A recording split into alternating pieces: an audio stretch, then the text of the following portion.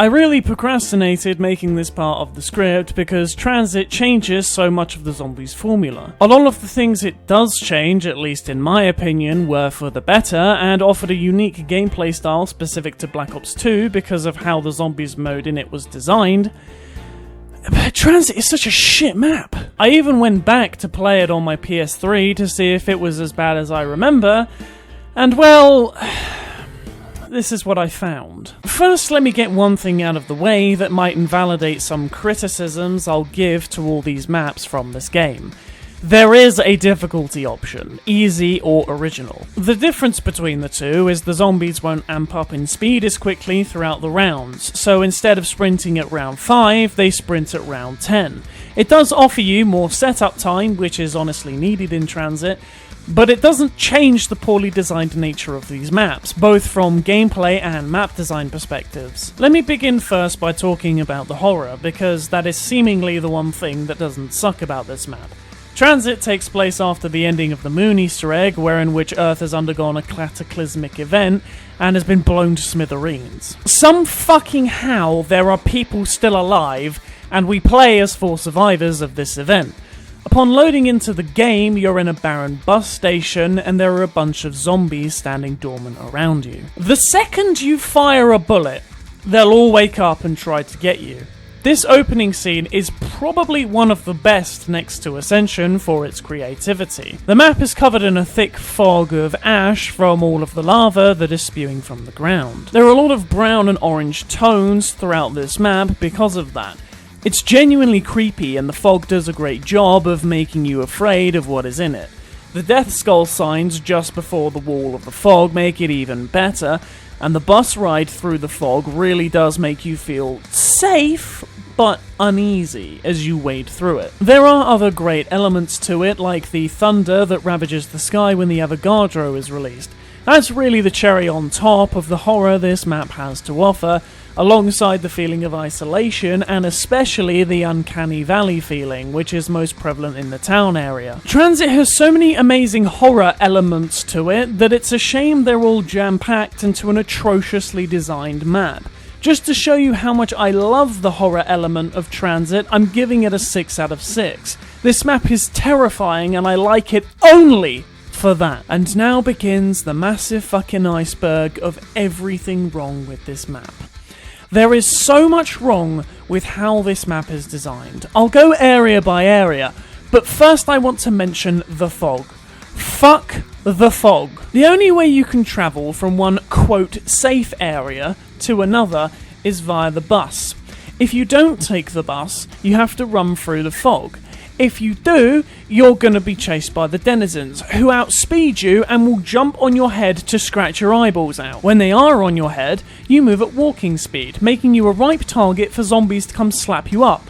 If you don't have a Bowie knife or Galvic knuckles, both make it so you only have to hit the denizens 2 to 3 times to get them off your head, you're going to be stuck knifing the air 5 to 6 times before they fuck off. It makes map traversal so infuriating that there isn't a point in doing so, and you may as well stay put in the area you're at before the bus arrives. Additionally, there is lava every fucking where? I get it, the earth has exploded, shit isn't where it's supposed to be, everything is unstable, there's gonna be some lava here and there.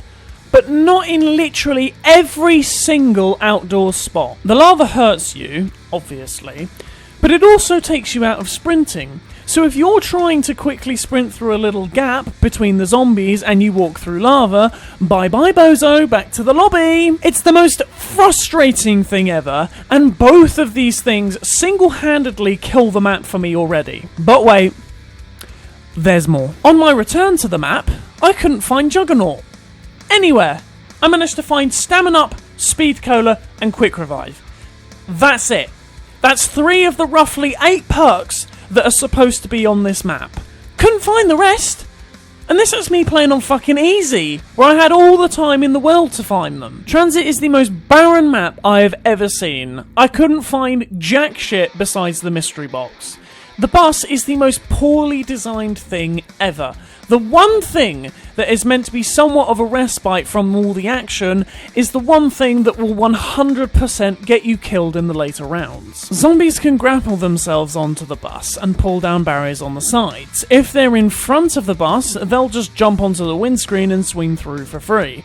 The zombies are slowed significantly on the bus, but it's such a small and confined area that if the zombies get in, you've got a 50% chance of seeing the main menu screen again. Let's go over some of the sections of the map. Bus Depot is probably one of the better sections, as the outside area is pretty big and there isn't too much lava there, making it a relatively viable spot to train in, which only gets better when the bus leaves. The diner is a bit more cramped, but there's still a decent amount of space near a fog wall that's open enough to comfortably run around in. But other than that, just outside the diner is the biggest pool of lava next to the one in the town, and the garage and the diner itself are extremely claustrophobic, making this section okay, but not as good as some of the others. The farm is awful. It's an extremely crammed area made worse by lava, which is seemingly everywhere in the outside, and where it isn't, those spots are extremely tight and narrow. The only part of farm that redeems itself is a large open rectangle of space that has absolutely no lava in it where the bus leaves, which you can train in with little to no effort, though the zombies come from quite literally all sides in that spot, so it can be a bit challenging at times. The electricity factory is the worst section in the map until the bus leaves, then it becomes a pretty good and open section, but only on the outside. The power room and the connecting area with all the hanging scaffolding is awful, and you should never stay there too long. And town is just town. It's the best part of the map for how open it is and how complex it is. It stands out as the best section of the map because on its own it makes for a good map. It has lots of open space to train in and areas to pick off zombies from. It's got nice interconnecting pathways, and it's a well-designed section of an overall lackluster map, though it is also the place with the most lava in it. And I'm sure you know how that goes. There are some decent sections between the fog, like the highway tunnel, which is a pretty okay area, but it has nothing in it besides a jet gun part.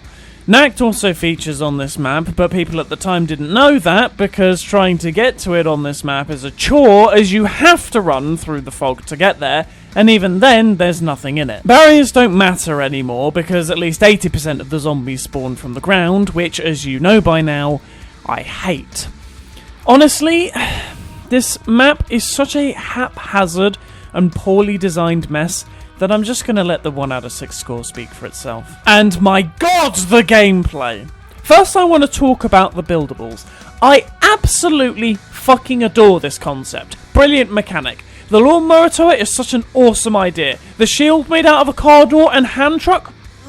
Chef's kiss. There are later additions, which I will get to, but this buildables mechanic alone that allows you to carry and place traps single-handedly made traps useful again, seeing as they were becoming less and less noticeable as Black Ops 1 progressed. But whoever the fuck decided that half of these traps had to be powered by the fucking turbine buildable, even though a battery or generator is one of the parts for almost all of these buildables, I hate you. I'm just kidding. But seriously, all of these buildables needing the turbine to be powered, besides the shield, which is arguably the best because of this, takes the fun out of what could have evolved into a decent class system in which you could have defensive camping traps, like the lawnmower turret, a utility buildable that slows zombies in an AoE, or a traditional trap, like the latter edition of the head chopper and so on. There are more powerful traps introduced later that justify having a source of power because of how OP they are, but overall I feel this buildable system could be better simply without the turbine, which is otherwise used to temporarily open doors I wouldn't have minded spending a few points to open instead. The buildables mechanic unfortunately has some downsides, which are thankfully ironed out in future maps, specifically having to build both power and Pack-a-Punch. I have never built Pack-a-Punch in transit. Ever. which speaks volumes as to how shit of an idea this was, and I'm grateful they didn't do it again. Oh, and the fact you can only carry one part at a time is exceptionally annoying, especially when the game doesn't tell you which part belongs to which contraption, though then again, this is the mechanic's infancy stage and gets ironed out in later games. The buildables mechanic is a great introduction overall though, especially in this form with crafting traps. The bus has its own buildable mechanic in which you can find parts to build onto the bus to make it better, like a ram to keep the zombies from jumping onto the front of the bus for free, and a ladder which allows you to access the roof, which, funnily enough, is safer than the actual inside of the bus. It's a good idea and takes on different forms in later maps. But now we get to other new introductions. The weapon line in Black Ops 2 is shit. I don't like how any of these guns feel. Machine guns are powerful but wildly inaccurate even when aiming down sights. Rifles feel underpowered and crap, same with submachine guns. The pistols feel more powerful than the submachine guns, especially the Cap 40 machine pistol, and everything else around that, like the ballistic knife and the RPG, suffer from the same issues as in Black Ops 1. Shit compared to machine guns and wonder weapons. The ray gun makes a return, but where is the cool infinite damage big wonder weapon? It's a buildable, and breaks after killing 10 zombies. The jet gun would have been probably one of the best wonder weapons ever, but you don't get to use it to its full potential, and it ends up as one of the worst because it breaks in 2 seconds, and building it is one of the biggest headaches of this map because all its parts are in different sections. Tragic. The bus can sometimes leave without you in it and strand you in a section of the map for 4 to 5 rounds or so. Fun. The boss zombie of this map is the Avogadro, and while it has one of the best introductions, slowly emerging from a chamber as it spews electricity all up the walls and around the room, and has an exceptionally scary presence in the map causing crackling thunder across the sky, it is the most unfair boss ever. One of his attacks is the main menu screen, because he'll delete you from the current session you're in with an electricity beam he can shoot at you, and it's exceptionally difficult to avoid while also juggling zombies in a poorly designed map. And the only way you can kill him is to use an EMP grenade, a piece of equipment that can quite literally be detrimental to you if you hit a perk machine, as it will deactivate the corresponding perk to the machine EMP'd. It's a wasted equipment slot to deal with the most unfair boss in the zombies mode on one of the worst maps in the game. You know what? I'm also just going to let the score speak for itself. 2 out of 6. The only thing keeping it from being lower is the creativity of the buildables mechanic. Shit boss zombie, shit weapons that don't get much better pack-a-punched because they don't get any meaningful attachments besides the assault rifles getting grenade launchers but no master keys or flamethrowers, shit wonder weapon, shit equipment, need I say more. Replayability is a 1 out of 6. The fact that I can't be asked to talk about this map anymore, and that I'm just letting the scores speak for themselves, really shows how abysmally shit this map is. I don't want to play it, nor do I even want to talk about it. I forget this map exists sometimes. That's how forgettable and unreplayable this map is. I forgot it existed. So naturally, the final score for this map is a 2 out of 6. Despite the really high score I gave for the horror element, and the praise I seemed to give it for introducing the buildable mechanic, everything else around those 2 good points severely nullifies the couple of good things this map does. If I didn't like the horror element and the buildables, it'd 100% be a 1 out of 6 without a shadow of a doubt. But because it's a pretty terrifying map with a decent mechanic somewhere in there, it only just escapes the worst score I could possibly give it.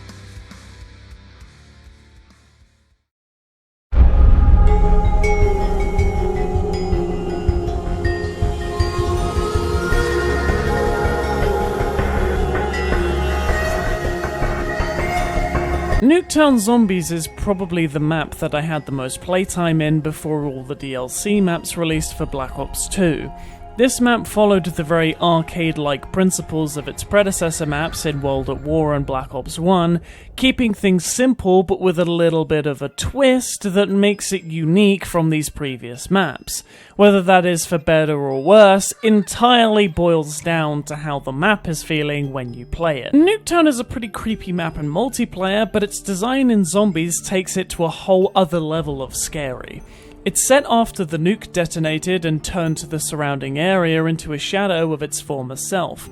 There are smouldering flames everywhere, and dancing tubes of fire patrol the outer edges of the map. The mushroom cloud dominates the scenery, and it flashes and spits fireballs profusely. Charcoal dust covers the mannequins who have been severely damaged due to the explosion, and the houses are left in complete disrepair.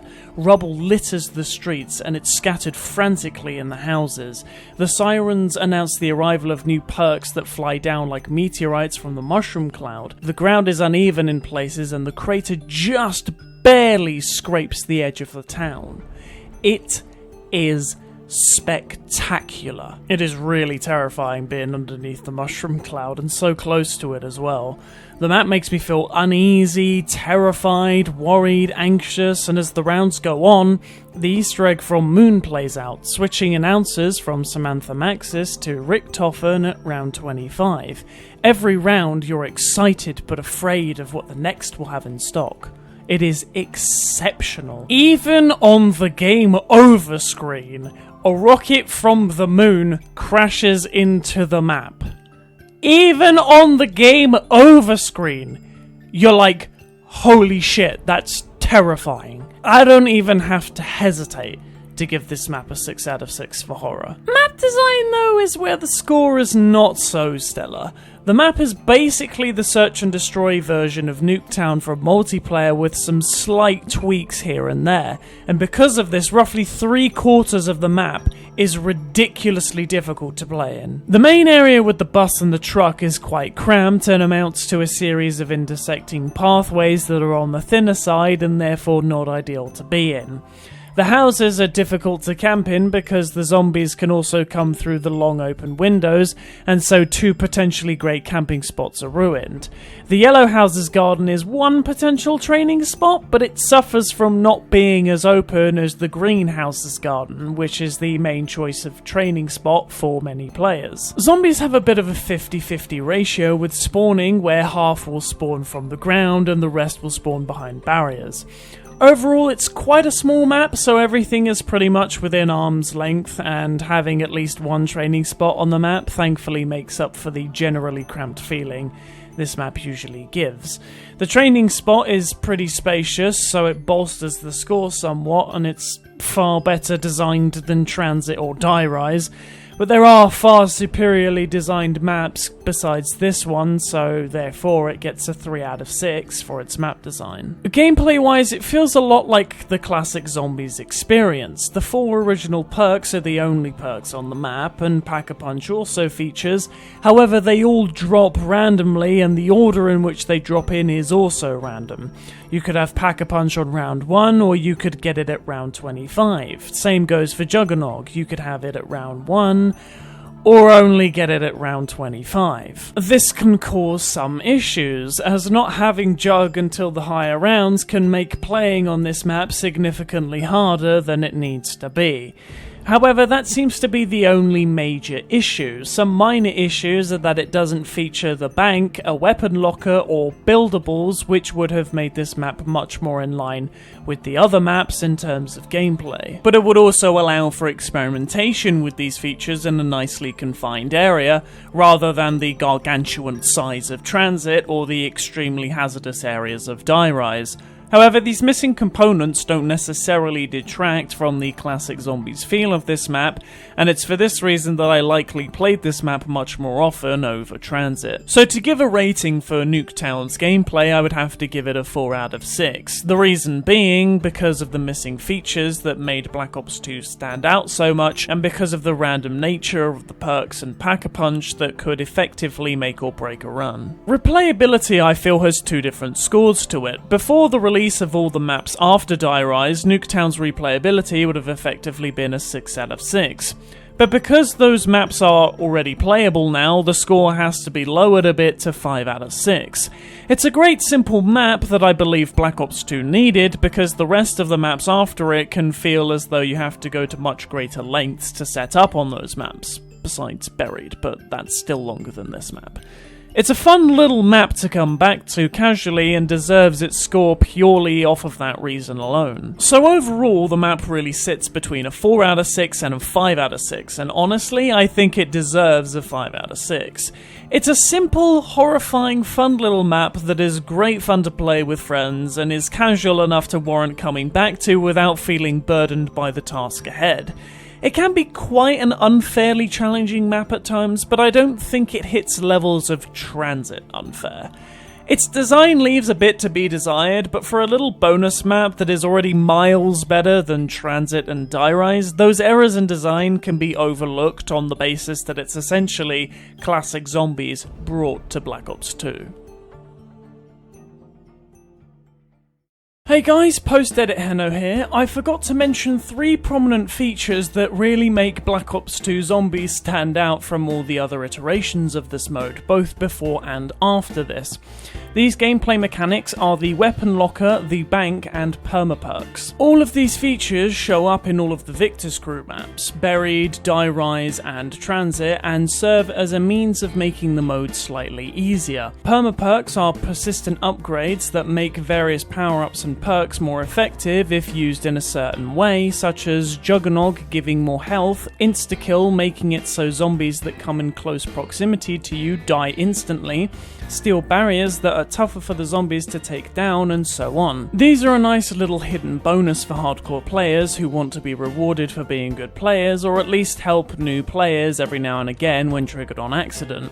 I really like this concept and I wish it had continued to be used in later games and maps. The bank is used to store money and can be withdrawn at any time for a slight fee, but it can also be withdrawn on other maps that also feature the bank. And the weapon locker functions similarly to the bank, but for weapons. Shove a weapon into the locker and claim it later, or even on another map.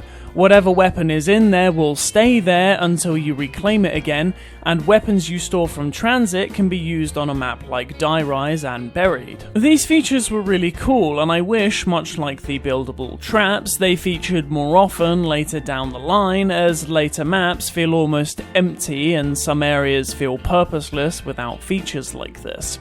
These features unfortunately don't make the maps they're on any better or worse, but they're noteworthy enough to mention as they were cool features at the time. That is all from post-edit Henno for now, on to Die Rise.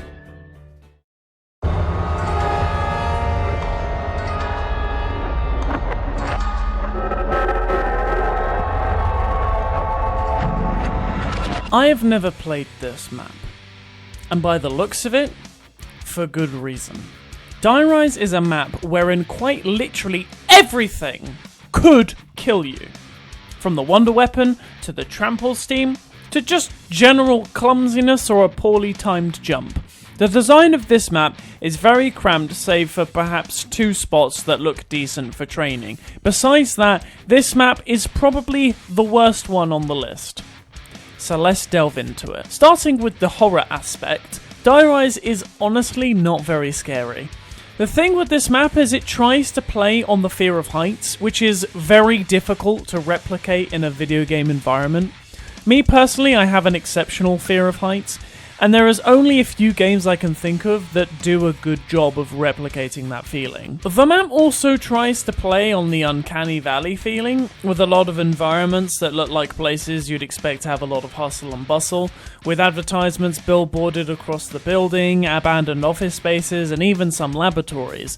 It successfully does this, though it's not necessarily scary like maps such as Verrückt or Moon, but more unnerving, similar to the starting area of 5. There are some cool skybox touches, like meteorites falling from the sky, which could potentially collide with this collapsing skyscraper, but since the mode's rounds go on indefinitely, it sort of takes the edge off of this small detail, especially because none of them even come close to hitting this building. This map is set in the daytime, and I don't think that does it much favors in terms of being horrifying. It doesn't quite hit Kino's level of Uncanny Valley, and therefore the daytime choice doesn't really complement it too well. There's too much going on in the map for it to truly capitalise on how unnerving it could feel, what with the elevators going up and down and the background noise from the meteors, and honestly, Kino does the same thing but with far superior execution. When designing this map, Treyarch were clearly much more focused on verticality and trying to make that scary, and it didn't really work, at least for me, nor does it really succeed in being scary overall. The only time it's scary is when jumping over a sheer drop, though if you fall down it, resulting in a game over, that adrenaline quickly dissipates into anger. So to really hammer home the point of the lack of fear I feel in this map, I'm giving it a 1 out of 6 for horror. Die Rise's map design is just utter shambles. It's very easy to get lost in this map, and the majority of the layout is a bunch of very thin corridors and tightly cramped rooms. Barriers have a much more noticeable presence in this map, but there are still some instances where zombies can just rise up out of the ground and immediately start gunning it for you. The sheer amount of verticality and falling hazards really drag down the score, however. You can fall off the side of the building into the abyss below, you can very easily fall down an elevator shaft and die. There are so many of these that it makes navigating this map feel like a random chance generator between live or die. And the same can also be said for the gameplay, though I'll get to that soon. There are only 2 areas that offer some kind of relative safety and some semblance of a training spot. The dojo-looking area and the infamous Dragon Rooftop. The design choice to have elevators containing perks is an interesting idea, and it makes for a fun shake-up as you quickly navigate the floors trying to find which perk is where.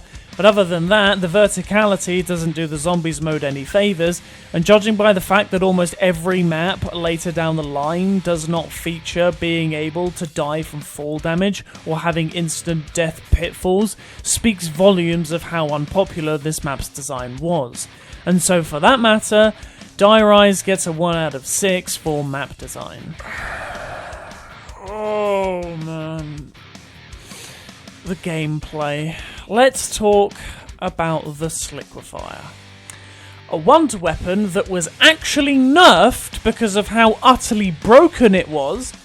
The Sliquifier, after its nerf, was more of a hazard to the player than the zombies. Granted, it can be exceptionally useful at times on a map as cramped and as narrow as this one, but if you shoot it near a ledge or near an empty elevator shaft and you walk through that puddle the wrong way, say goodbye to your console, because the rage that you will feel from dying because of this gun will be enough to make you dash your whole setup through your window. Perk locations are randomized and move up and down the different floors respectively in their elevators, but on a map like this, where the perks are all accessible if you just open up their locations, this in no way makes the map exceptionally more difficult, unlike in Nuketown Zombies. The Trample Steam is the new buildable introduced into the map, and honestly, it's the best buildable out of them all.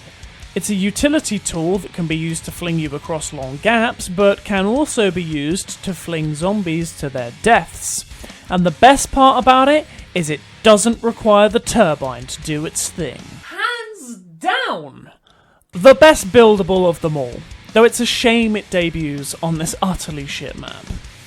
The special round on this map is the Jumping Jacks, and they have to be the most lazy recycle of the Nova Crawlers I've ever seen. They jump around at high speeds and can latch onto walls and roofs, and they are exceptionally difficult to deal with.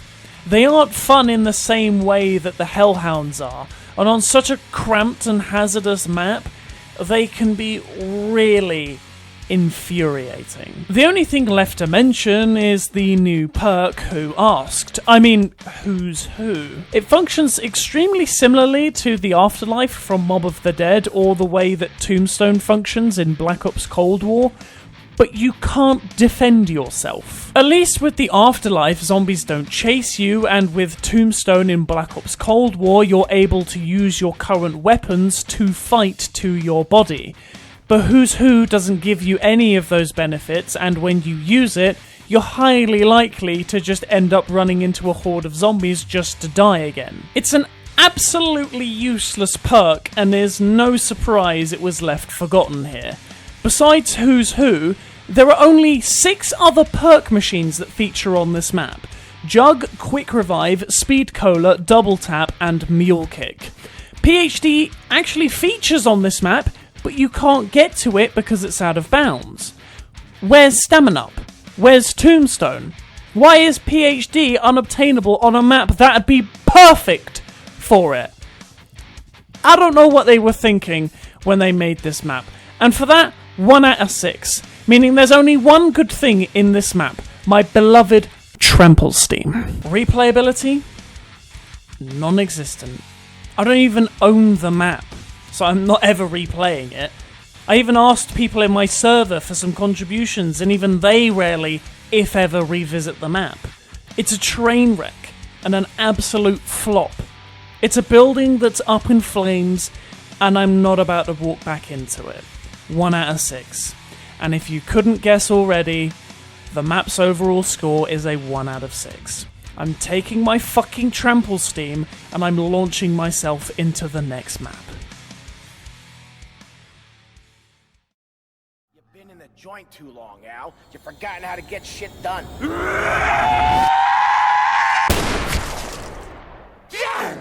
What the fuck?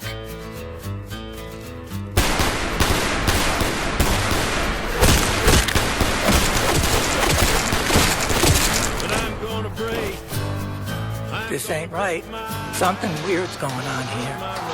You don't say, Weasel. Where are those screams coming from?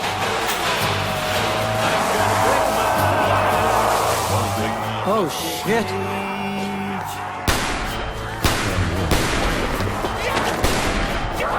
So you know how about 10 seconds ago I talked about the burden of coming back to a map?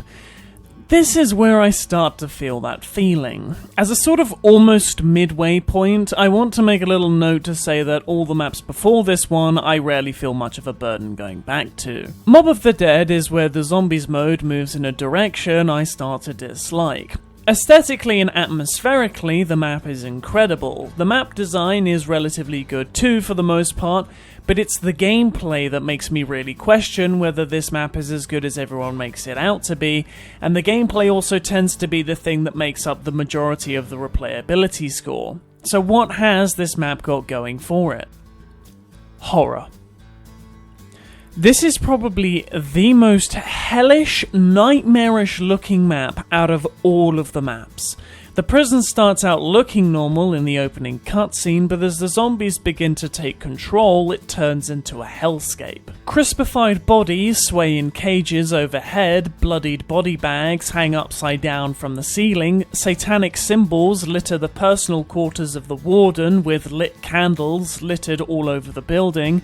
Blood covers almost every square inch of the indoor area, and areas that look a little too pristine tend to make you feel uneasy, but also house key items you need in order to advance in the map. It's an extremely interesting and scary environment, and to top it all off, thunder ravages the map at all times. Mob of the Dead pulls off a more actively scary environment because that's what it's meant to make you feel.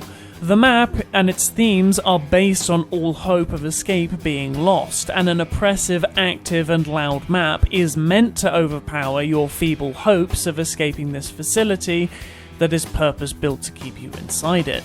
It's a truly amazing masterpiece of horror and earns a pretty hefty 6 out of 6 in that regard. Map design is surprisingly pretty good too. There are a ton of useful areas on this map that make for incredible training spots, such as the rooftop, dining area, outside by the dock, in the washroom area with all the upside down body bags, and even the bridge by Pack-a-Punch.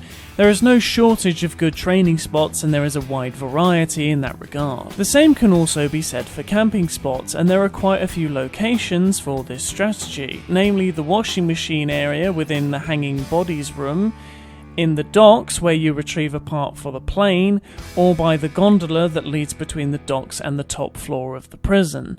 So far, so good. However, I will say that this map does feel a bit bloated in terms of size. It's a bit of a headache trying to learn the ins and outs of this map, and I frequently got lost or spent a lot of time searching for things, and even had to look up guides on where things were, which I don't feel I should need to do for a zombies map. Part placement is utterly sporadic and doesn't make sense half the time compared to, and I can't believe I'm giving this map credit, transit, where each location housed parts for a specific contraption that could only be built in that specific area.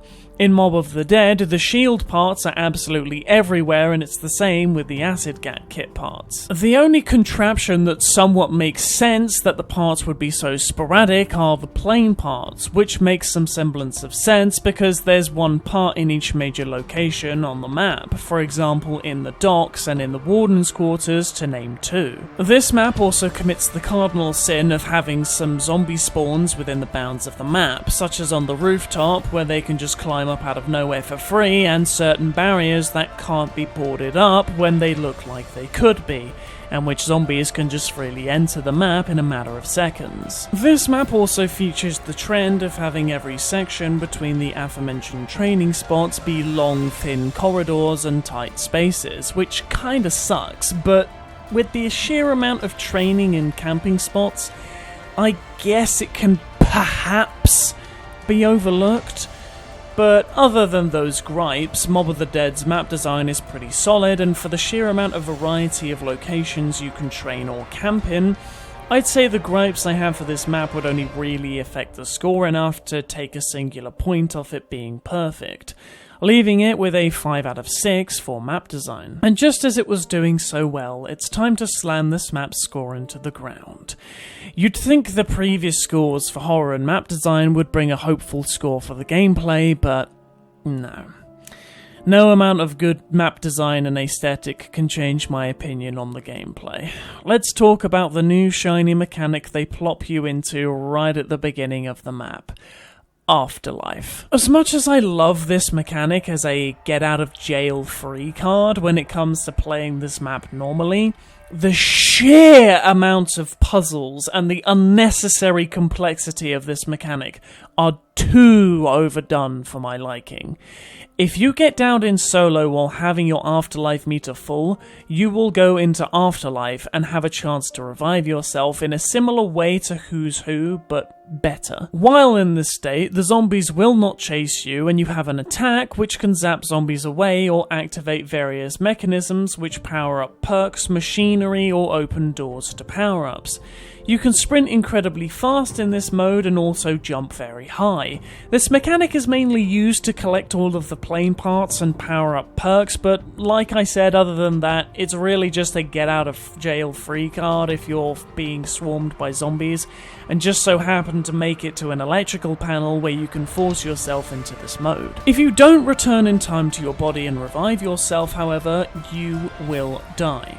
Now, combine a massive and confusing map layout with the sheer amount of things you have to turn on and a long cooldown on this mechanic unless you progress through the rounds, and you have a recipe for a shitload of unnecessary deaths and frustration because you want it to be as efficient as possible. There have also been several times where I had to look up guides for how to do something because I couldn't find the wall I had to walk through in order to turn on a machine to get a key. I shouldn't have to do that. Also, on the topic of guides, the process of having to get set up on this map is gruelingly long. You have to traverse the entirety of this massive ass map to get 5 plane parts, which all have their own little unique afterlife puzzle to them, which I had to look up guides to do and where they were located. Then you gotta get access to the rooftop, which also has its own afterlife puzzle, which I had to look up. Then you gotta build the plane and wait till everyone is ready to fly, because if you go without your teammates, you have to gather the plane parts again, but this time it's just fuel and it's a little easier to get. Then you gotta fly over to the bridge fridge and finally have access to Pack-a-Punch without any hassle for a limited time, but after the time is up, 2 wardens will show up with a shitload of zombies to kick your shit in. Oh, and if that process wasn't annoying enough, the acid gap parts are scattered as far apart from each other as humanly possible, so it takes forever to gather them all up, and then when you eventually build the kit, you then have to get lucky enough to get the blunder gap from the mystery box, which is also going to take time and money. Then once you have it, you can upgrade it to the acid gap, which is a pretty decent weapon, but it's still not at its full power. You then have to do all the steps to get to Pack-a-Punch to then finally unlock the full potential of this wonder weapon. And on top of that, if you want the coolest equipment to ever bless the zombies mode, you have to feed 3 hellhound heads sticking out of 3 specific walls around the map to unlock the Hell's Retriever Tomahawk that you keep for the rest of the game and has a 5-second cooldown between uses.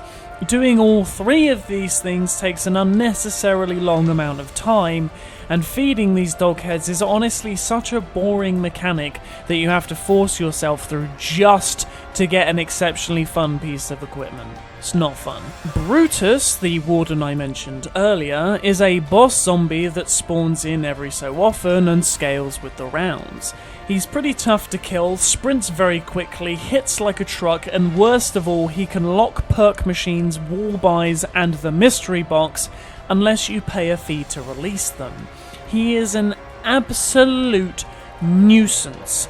And to add a turd on top, he gets tankier and tankier to the point where it's taken me multiple rounds just to kill him. In my books, he's arguably worse than George Romero and is quite possibly one of the worst boss zombies of all time, beaten only by one other boss that I will mention later.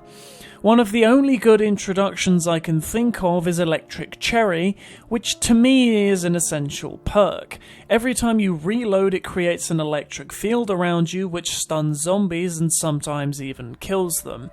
This is immensely useful for getting out of being cornered or simply keeping the zombies at bay. It gives you that much needed breathing room, especially on a map where, like I mentioned earlier, the spaces between the training spots are full of narrow corridors.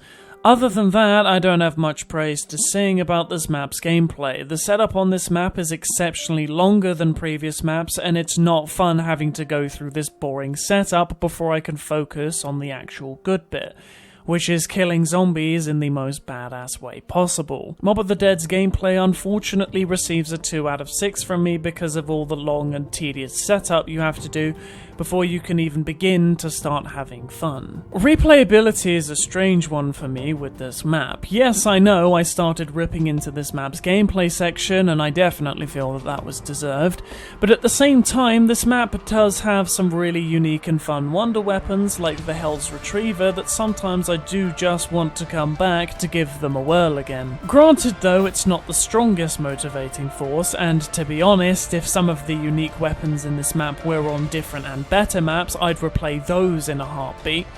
But sadly, just as quickly as I remember these weapons, so too do I just as quickly remember the tedious setup requirements to get these weapons.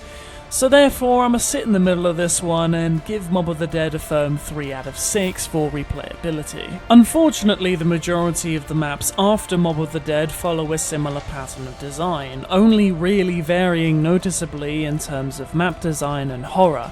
Mob of the Dead, I reckon, could have had a much better score if it simply tried to not be too bloated with new mechanics and removed the unnecessarily long extension to the setup time. It's padding which is really not required, and the shame of it is this padding to getting fully set up means that when you eventually do get the Hell's Retriever or something of the like, it can feel severely lacking pretty quickly because by the time you get it, it would already be round 15 and its damage would fall off pretty quickly. The only thing left to say about Mob of the Dead is it's a shame the developers continued to follow this design philosophy of unnecessarily long setup times, as Mob of the Dead is probably the mildest offender in the line of maps that were designed similarly. So to be honest, this map is not one of my most favourite maps of all time, but I can respect that it experimented with this design philosophy and did not go completely overboard with the amount of things you have to do in order to set set up. So I'll give Mob of the Dead a generous 4 out of 6 for keeping it manageable while still being pretty fun after the long setup time.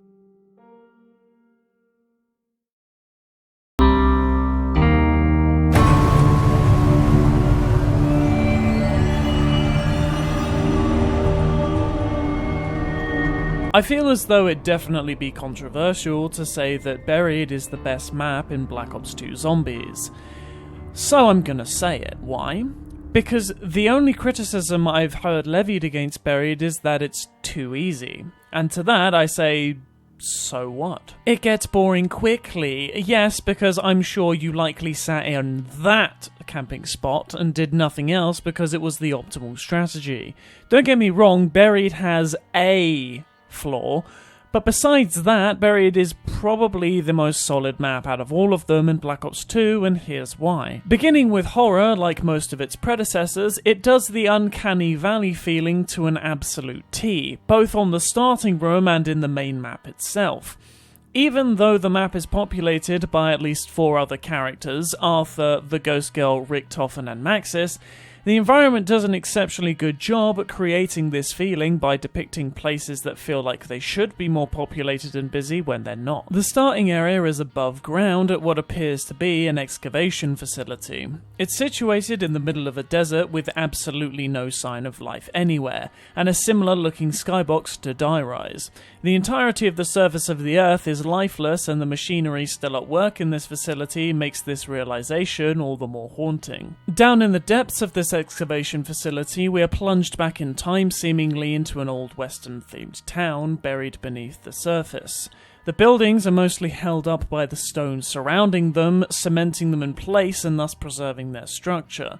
Various locations, such as the bank, jail, bar, and the sweet shop, lay dormant and still, places which you'd again expect many people to be visiting on a regular basis, but there's not a soul in sight. The reanimation of those who passed away wearing the time-appropriate attire is all the more chilling to witness, but what is even more chilling, however, is that there are only 2 signs of natural life left in this place: Arthur, who sits within the jail, and the Ghost Girl, who haunts the mansion that houses Pack-a-Punch.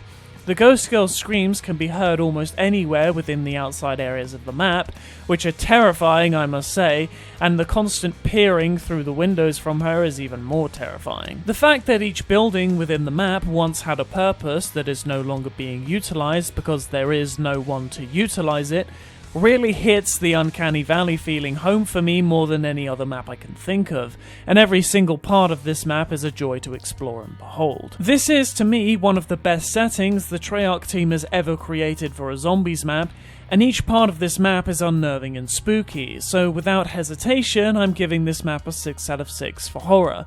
Combine this with the fact that the map also represents essentially being buried alive with no hope of escape, definitely justifies the perfect score. Next is map design, and boy does this map favour its camping spots, as several can make you or your team near invincible, but I'll get into that in the next section.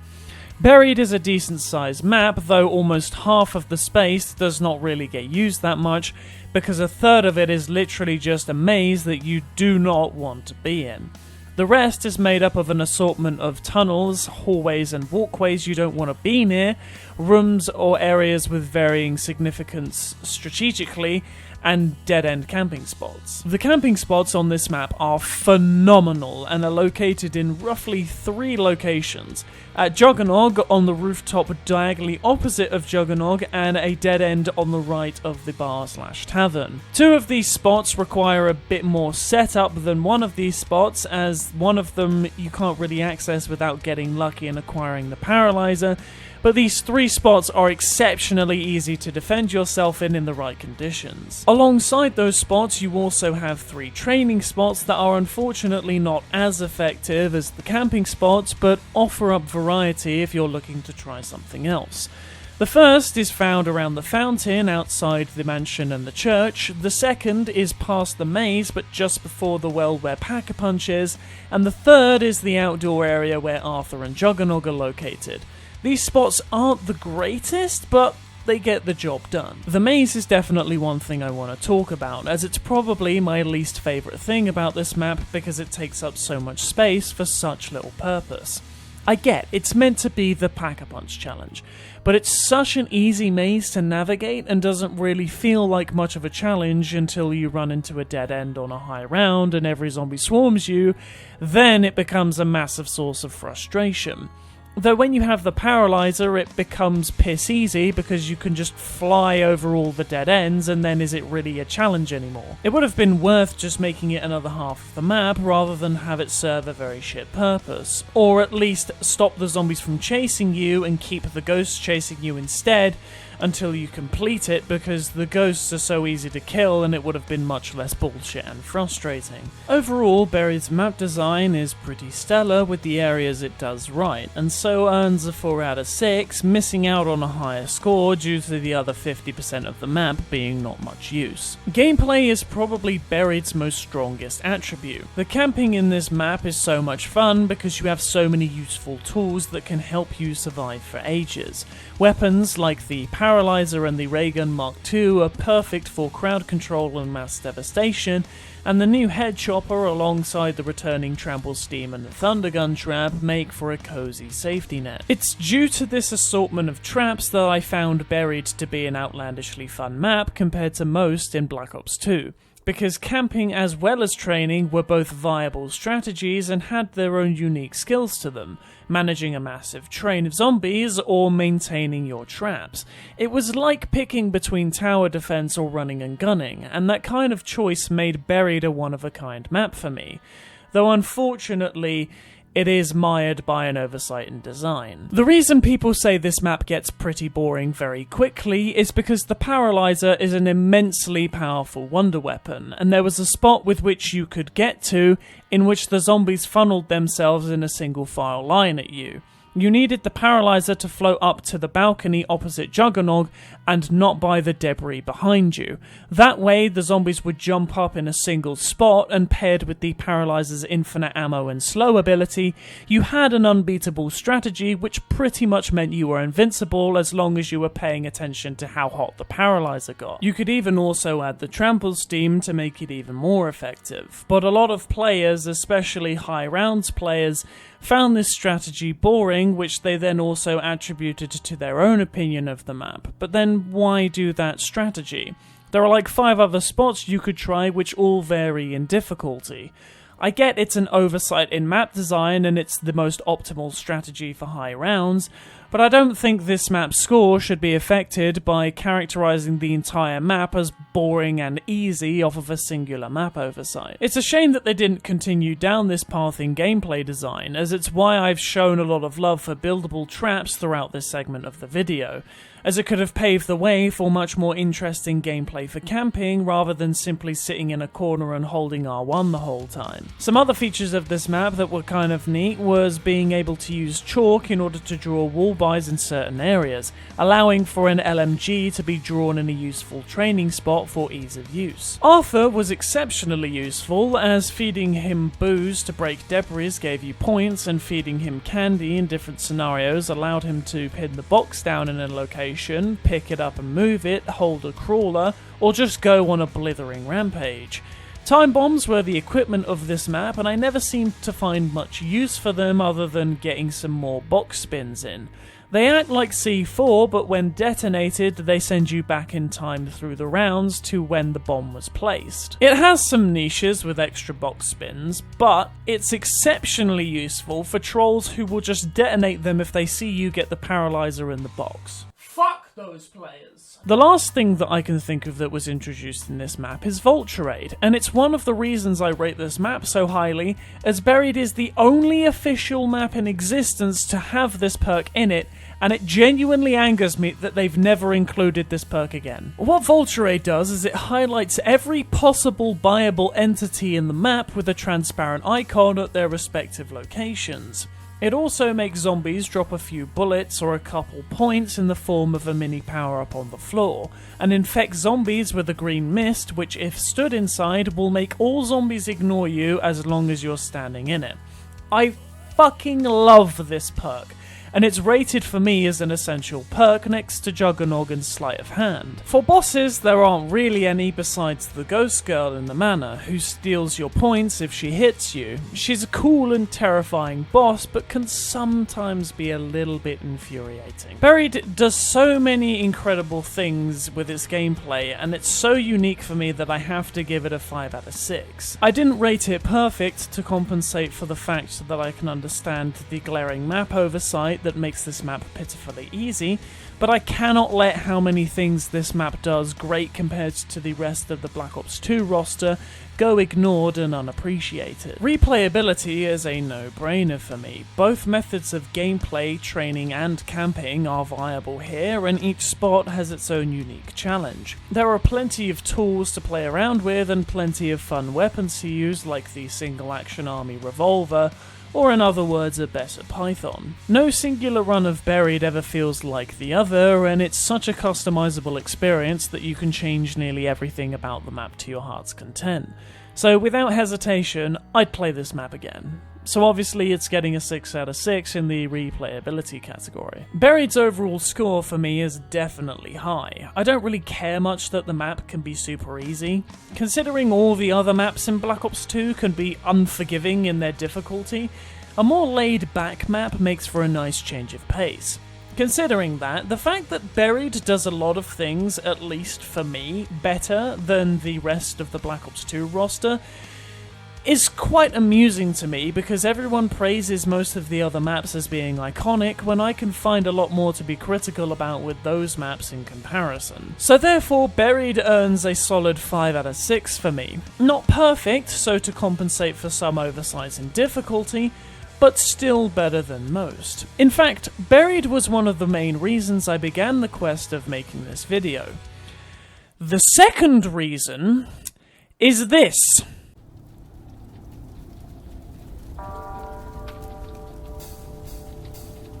This map sucks. It is the most overbloated, convoluted, and torturous experience I've ever had playing a map.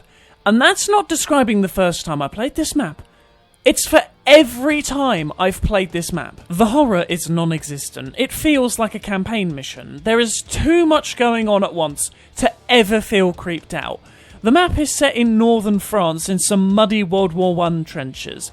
There's machinery chugging away, there are planes flying overhead and shooting at each other, there's massive fuck-off robots stomping all over the map, blaring sirens every time they take a step. The fucking sky is warping, and Thunderstrikes dance across the sky. It's like, fucking hell, calm down! It's a sight to behold, sure, but the point of a zombies map is to make you feel petrified of the very environment you're walking around in.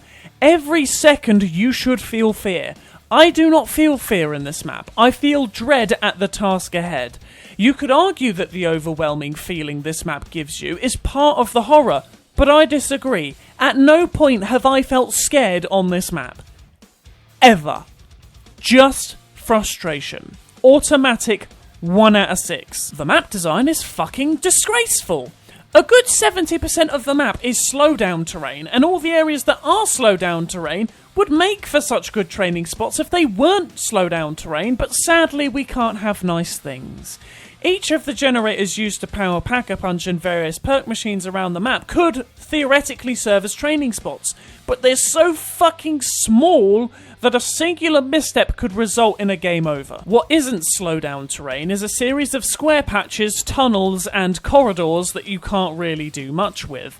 The only place I could say that you'd be able to train in effectively is the crazy place where all the staff crystals are, as even though there are walls that sometimes get in your way, the area is at least big enough and circular enough to make a train of zombies with a little bit of breathing room. Other than that, I can't think of any good training spots. Your next best bet is camping in the tunnels that lead to the crazy place, as having a portal up makes for an easy escape if you get into trouble and leads into the only good training spot, which combines the two strategies together in a way that no other map does. Though the fact that pretty much 90% of the map is useless outside of the long-ass setup you have to do to even enjoy the map to its fullest, and the fact that the map is so poorly designed to begin with that you're likely to rarely ever reach that point is a testament to how fucking awful this map's design is. And to top it all off, there's quite literally 8 barriers on the map total, compared to the several dozen spots where the zombies can freely enter the map uninhibited.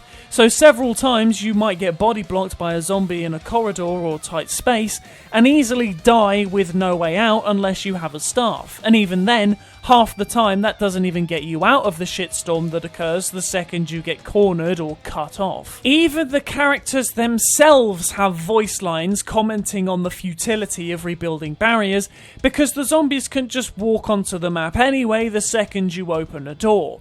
It's an absolute travesty of map design and deserves wholeheartedly a 1 out of 6. Gameplay. You will about to see a whole other level of angry from me. But before that, let me take you through the positives that I can say about this map. The weapons and the equipment in this map are some of the best out of any zombies map you'll ever find. The elemental staves are incredible amounts of fun, and when upgraded you can even revive people with the other end of the staff. The airstrike grenades are the best iteration of the monkey bombs I have ever seen. The Maxis drone is a cool concept to an NPC helper item, and my personal favourite, the 1-inch punch, is the best melee upgrade and the most satisfying weapon you will ever use in a zombies map. But getting these is literal, inhumane, unethical torture. You need to run this map as optimally as humanly possible or you're fucked. If you want a pleasant experience on this map, you have to do everything perfectly beforehand, or you will never get an opportunity to fully set up on this map before you die. Let me take you through a typical run of Origins, just to show you how awful this map is. You spawn in, grab Maxis' brain for the drone, then start generator 1. Before you complete the generator, knife as many of the zombies that come after you as possible, as they give you 10 points each up to a cap. Then complete the generator. When you do that, grab the double points power-up that spawns from the challenge chest, then run to quick revive and prone to grab 100 points. Shoot all the zombies in the leg 7 times, then knife them for maximum points gain, and rebuild the barriers as you go. Keep knifing the zombies on the earlier rounds to finish them off, and shoot them as many times as possible before knifing them to gain the most amount of points. After a certain round threshold, just start headshotting the zombies where you can. Past round 2, you want to grab a shovel and try to decipher where the box is so you can go through the door leading to the box. Once you get to the box, there will be another generator to complete. Do that and spin the box once or twice, but no more than twice. Whatever guns you get will have to last. Depending on what staff you go for, I typically go for the ice staff as it's the easiest to get early and is the most powerful staff. I'll either start digging up dirt piles while it's snowing or continue to the centre of the map. Once in the middle, complete the generator by Juggernog and start filling as many of the soul boxes in that area as possible, typically located where the giant robots step. Fill these up as fast as possible because if a robot steps on them, they'll reset. Once the 2 boxes in the centre are done, you should have enough points to access Pack-a-Punch and these staff podiums. Once you have access to that, open up the churchyard and the house where Generator 5 is held and complete Generator 5. Make sure to purchase Jug, Speed, Cola and Stamina up along the way. Look then for the phonograph record for your respective staff and place it in the corresponding tunnel. From there, prioritise getting Generator 6 and the other generator finished and having access to Pack-a-Punch. From there, I prioritise getting the ice staff built, and once it is built, I go and fill the rest of the soul boxes for the 1-inch punch. Then I go for Electric Cherry, then complete the remainder of the chest challenges for a free Pack-a-Punch gun, max ammo, and a free double tap. Though I'll save double tap until I have 4 perks so that I can have a free 5th perk. I then look to acquire a Pack-a-Punch gun, then prioritise building the shield or the Maxis drone. After that, look up a guide on how to upgrade your staff. Because I assure you, you'll need to. You shouldn't have to, but you'll need to. After upgrading your staff, try to get the airstrike grenades, though this is not mandatory, and dig for the golden helmet to prevent your run from being completely ended by being crushed by the robot. Once you have it, you can finally enjoy the core of the mode, killing zombies in badass ways.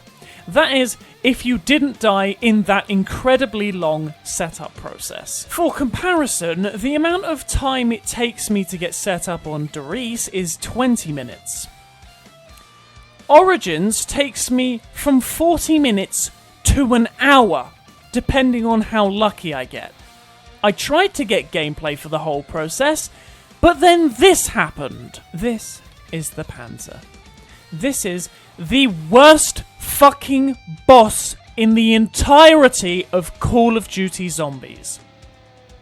He's tanky, he does shitloads of damage from range and in melee, and he can grab you.